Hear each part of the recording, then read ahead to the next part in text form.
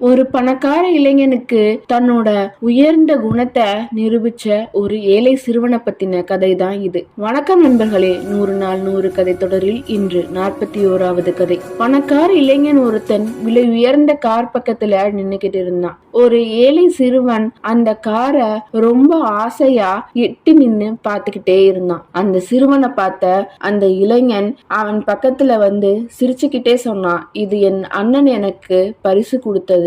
அவனோட வாக்கியத்துல பெருமையும் மகிழ்ச்சியும் ரொம்ப அதிகமாவே இருந்தது. அதை கேட்ட சிறுவன் முகத்துல ஒரு வியப்பு வந்தது. அதை பார்த்த அந்த பணக்கார இளைஞன் கேட்டான், உனக்கு அப்படி ஒரு அண்ணன் இல்லைன்னு நீ வருத்தப்படுறியா அப்படின்னு கேட்டான். அதுக்கு அந்த ஏழை சிறுவன் சொன்னான், இல்ல, நான் அப்படி ஒரு அண்ணனா மாறணும்னு ஆசைப்படுறேன்னு சொன்னான். இதுதாங்க திருவள்ளுவர் சொன்ன எண்ணுவதெல்லாம் உயர் உள்ளல் அப்படிங்கிறது. அந்த சிறுவன் அந்த காருக்கு ஆசைப்படல, அந்த காரை பரிசளிக்க கூடிய தகுதியை வளர்த்துக்க ஆசைப்பட்டான். எவன் ஒருவன் தன்னோட தகுதியை வளர்த்துக்க ஆசைப்படுறானோ அவன் கண்டிப்பா வாழ்க்கையில முன்னேறுவான். இந்த மாதிரி முன்னேற்றம் குறித்த கதைகளை கேட்கறதுக்கு நம்மளோட சேனல் தகவல் கார்னர் 360 மறக்காம சப்ஸ்கிரைப் பண்ணிக்கங்க. நன்றி.